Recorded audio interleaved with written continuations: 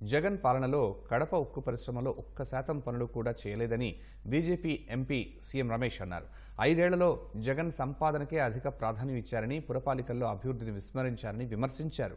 రెండో ముంబైగా ప్రసిద్ధి చెందిన ప్రొద్దుటూరును మాజీ ఎమ్మెల్యే రాచమల్లు శివప్రసాద్ రెడ్డి అసాంఘిక కార్యకలాపాలకు అడ్డాగా మార్చారని ఆరోపించారు. వైఎస్ఆర్ జిల్లాలో జరిగిన భూదందాలపై విచారణ చేయిస్తామని ఎంపీ రమేష్ తెలిపారు. కడపలో ఏ విధంగా దోపిడీ 22A ప్లస్ డాటెడ్ ల్యాండ్ ఇవన్నీ కూడా ఎంక్వైరీ చేయడం జరుగుతుంది.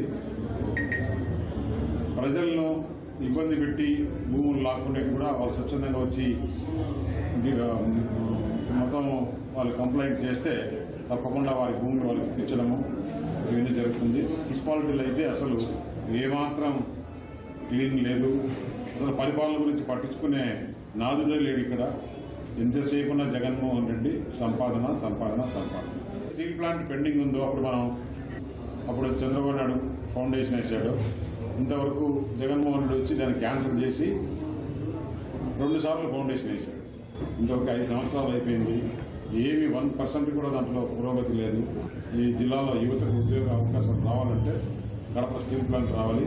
నేను అటు కేంద్రంతోనూ ఇటు రాష్ట్రంతోనూ మాట్లాడి దాన్ని కోఆర్డినేట్ చేసి త్వరగా ఆ ప్లాంట్ని ఏదైతే చంద్రబాబు నాయుడు గారు రాయలసీమ ఉక్కు కర్మాగారం అని చెప్పి చేశాడో దాన్ని త్వరగా పురోగతి తీసుకొచ్చడానికి దాన్ని తొందరగా చేసిన కోసం కృషి చేస్తామని చెప్పి తెలియజేస్తాను.